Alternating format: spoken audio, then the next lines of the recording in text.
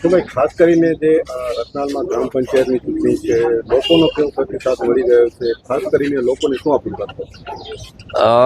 બહુ સારો આખા ગામનો સારો આવકાર મળી રહ્યો છે અને જે લોકોને અપીલ કરવાની છે કે એ વધારેમાં વધારે મતદાન કરે, શાંતિથી વધુમાં વધુ મતદાન થાય એવી હું લોકોને અપીલ કરું છું. ગામમાં ક્યાં વિકાસના કામો કરશો?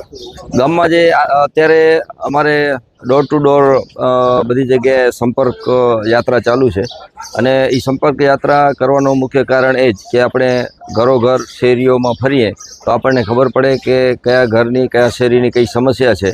જે અહીંયા અત્યારે અમે કાલથી યાત્રા ચાલુ કરી છે, જે એમાં ઘણી બધી શેરીઓમાં ગટરની લગભગ 25 વર્ષ જૂની આ ગટર લાઈન છે.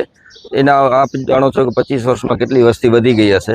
પાણીની લાઈન કે ગટરની લાઈન, લાઇટ કે તો ઠીક છે, પણ આ બે જે સમસ્યાઓ છે એને હવે કઈ રીતે વધારે પોળી પાઇપો કે રાખી અને આ સમસ્યાનો સમાધાન જલ્દીમાં જલ્દી કરવાની કોશિશ કરશું.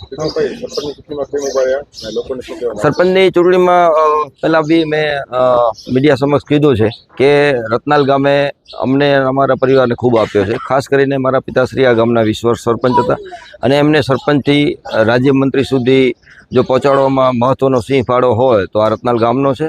અને આ રતનાલ ગામનો મને વિચાર આવે કે મારે રતનાલ ગામનો ઋણ ચૂકવવો છે, એટલે મેં આ રતનાલ ગામના સરપંચ પદે ઝુકાવ્યો છે. ખાસ કરીને વિક્રમભાઈ ચૂંટાયા બાદ કયા એવા કામ છે જે બાકી છે, ત્યાં તો પૂર્તિ કર્યો છે, એને પ્રથમ પ્રાથમિકતા આપશો? વિકાસના કામ ક્યારેય ખૂટતા નથી અને જે મારી એક નેમ છે કે મારે રતનાલને શહેર જેવી સુવિધા આપવી છે.